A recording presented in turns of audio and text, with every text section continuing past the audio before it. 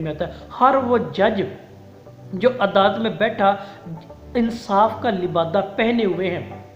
और इस बात को वो साबित कर रहा है कि जाहिल को एक जीम लगी हुई है और मुझे 2 जीमें लगी हैं। हर वो क्लर्क जो अपने किरदार से ये साबित कर रहा है कि कुत्ते को 1 काफ लगी है और मुझे 2 काफे लगी हैं, वो सबसे बड़ा दहशतगर्द है।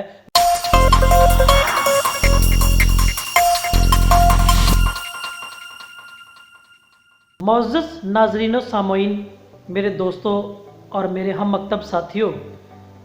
आपकी खिदमत मेरा सलाम और आदाब भी। एक बात तो ये तय है कि इस वक्त जिस मुआशरे का, जिस रियासत का, जिस खिते का आप और मैं हिस्सा हैं, वहाँ पर एक कॉमन इशू जो हर बंदे की जहन में बैठ चुका है, वो जन्म लेता बच्चा है, दूध पीता बच्चा है, शीरख्वार है, नौजवान है या बड़ा है, वो किसी भी एज के, किसी भी उम्र के मरहले पे मौजूद है, वो दहशतगर्दी के एतबार से अपने आप को खौफज़दा और इस रियासत में अपने आप को गैर महफूज समझता है। उसकी एक वजह कि एक नफ्सियाती चीज़ ये हमारे जहनों में बैठ चुकी है। उसकी एक बुनियादी वो वजह है जो हमारे ज़हनों में बिठा दी गई है कि आए दिन फलां जगह पे दहशतगर्दी का वाक़या, आए दिन बम ब्लास्ट का वाक़या, चोरी डकैती, करप्शन, बदउनवानी, ये सारी वो अहम वजूहात हैं जिन के इव्ज़ हमें नफ्सियाती तौर पर रिएक्शन या रद्द अमल की सूरत में ये दहशतगर्दी का लुबाब वो हमारी नफ्सियात में बैठ चुका है। आज हम थोड़ी मुद्दत के लिए, चंद लम्हात और मुख्तसर तकाजे के मद्देनजर रखते हुए हम सिर्फ ये जानेंगे कि आखिर दहशतगर्दी है क्या चीज़, क्या जिनको दहशतगर्द हम करार दे रहे हैं क्या वो हकीकत में है भी या कि नहीं भी है, या जो फ़लसफ़ा आज हमने कायम किया हुआ है क्या वो कुदरत के तकाज़ों के मुताबिक वाजिब है या कि नहीं है। अगर 2 लफ्ज़ों की बात करें तो दहशत और गर्दी है। दहशत का मतलब खौफ, डर और हिब्बत के मानों में आता है, जो आज हमारे अंदर किसी न किसी रंग के अंदर बाहर निकलते वक्त घर से जो महसूस करती है। और गर्दी का मुराद यानी इर्द गिर्द चारों तरफ है, हम दाएं तरफ निकले या बाएं तरफ निकले, आगे देखें या पीछे देखें, हमें चारों तरफ एक खौफ का समा नज़र आता है। यानी इसको मजमूई तौर पर खौफ व हिरास फैलाने का उनसर कह सकते हैं। तो मेरे हम मकतब दोस्तों, ये बात जो हमारे ज़हनों में बैठ चुकी है, आज मैं थोड़ा सा इसको बारीक बीनी के साथ आपके गोशगुजार करना चाहूँगा कि आखिर ये जो फ़लसफ़ा मैंने और आपने कायम किया है या हमारे ज़हन में बिठाया गया है क्या दुरुस्त है या कि नहीं। हम आज थोड़ी सी इस पर गुफ्तगू करेंगे। अगर दहशतगर्दी पे पस मंज़र पे इसके लफ्ज़ के तारीफ़ पर गौर करें तो ये कहना वाजिब होगा कि हर वो अमल जो दूसरों के लिए ज़र्ब या रुकावट का सबब बने वो दहशतगर्दी के ज़ुमरे में आता है। अक्सर ये CSS और PMS या जो खास का जो कम्पिटिटिव एग्ज़ाम होते हैं उनमें ये मजमून भी आता है कि दहशतगर्दी के, टेररिज्म के वहाँ पे मजमून भी लिखे हैं, तो उसमें यही बात फिर तहकीकी निगार बताते हैं कि हर वो बोला जाने वाला लफ्ज़ भी जो आपके इर्द गिर्द रहने वाले लोगों के लिए खौफ व हरास या हरासमेंट का ज़रिया बने वो दहशतगर्दी कहलाता है। तो फिर ये साबित हुई चीज़ कि मेरे और आपके इर्द गिर्द हर वो बंदा, हर वो किरदार का मालिक जो दूसरों के लिए हकारत, दूसरों के लिए रुकावट, दूसरों के लिए ज़हनी परेशानी का सबब बन रहा है, वो सबसे बड़ा दहशतगर्द है।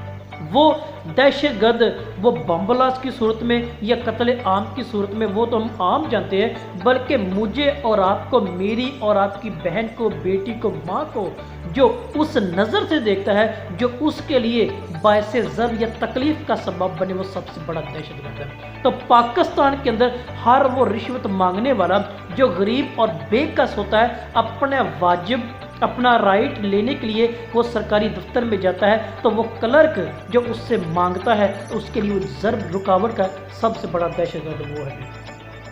हर वो क्लर्क जो अपने किरदार से ये साबित कर रहा है कि कुत्ते को 1 काफ लगी है और मुझे 2 काफे लगी हैं, वो सबसे बड़ा दहशतगर्द है। वो अपने किरदार से रिश्वत मांगने की सूरत में, गिव एंड टेक पॉलिसी की सूरत में वो साबित कर रहा है कि वाकई वो चीज़ है। हर वो मुलाजिम, हर वो सरकारी या प्राइवेट मुलाजिम है जो गफलत, بے غیرتی اور بوٹ پالش کرنے کا کردار اپنے اوپر اپنے کردار سے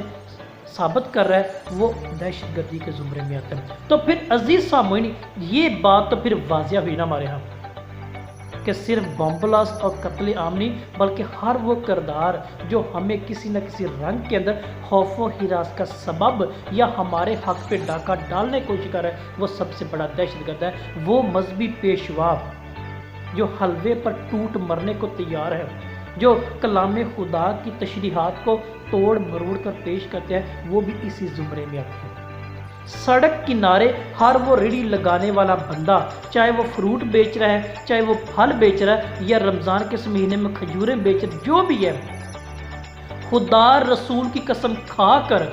وہ خراب چیزیں، غلط چیزیں اور غلط ریٹ پر 2 نمبری کر کے بیچ رہے ہیں، وہ سب سے بڑا آپ کو دہشت گرد ملے گا۔ اور آپ کو ایک سڑک، ایک چوک کی ایک جگہ پر آپ کو کئی ایسے دہشت گرد ملے گے جو کسی نہ کسی رنگ در روزانہ کی بنیاد پر خدا رسول کی قسمیں کھا کھا کے 2 نمبر چیزیں فوت کر رہے ہیں۔ دکانوں کی اور مارکیٹوں کے آپ نام دیکھیں، اداروں کے آپ نام دیکھیں جو مذہبی ناموں پر رکھے گئے ہیں، پر ہر 2 نمبر چیز وہاں فروخت ہو رہی ہے، تو اس معاملے میں وہ بڑا دہشت گرد ہے۔ تعلیم کے نام پر جو تجارت کر رہا ہے، تعلیم کے نام پر جو علم کو فروخت کر رہا ہے، وہ دہشت گردی کے زمرے میں آتا ہے۔ ہر وہ جج جو عدالت میں بیٹھا انصاف کا لبادہ پہنے ہوئے ہیں اور اس بات کو وہ ثابت کر رہا ہے کہ جاہل کو 1 جیم لگی ہے اور مجھے 2 جیمیں لگی ہیں، وہ سب سے بڑا دہشت گرد ہمارے معاشرے کا المیہ ہے۔ یہ ایک بڑی عام بات ہے کہ گلی محلے پہ آپ جائیں، آپ اپنے ارد گرد آتے وقت گلی کے نکڑ پر آپ چند اوباش لڑکوں کا گروہ کھڑا ہوا دیکھتے جو نشہ آور چیزیں یا ایسے، اگر ان لڑکوں کی وجہ سے ہماری خواتین آتے جاتے راستہ بدلیں یا خوف و ہراس کا شکار ہو جائیں، ان سے بد چلن ظاہر ہوتا نظر ہے، تو آپ کے نزدیک، میرے نزدیک سب سے بڑا وہ دہشت گرد ہے۔ تو یہ کیا بات پھر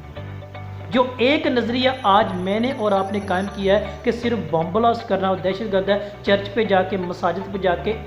پبلک پلیس پہ جا کے بم بلاسٹ کرنا، وہ تو ایک قسم ہے،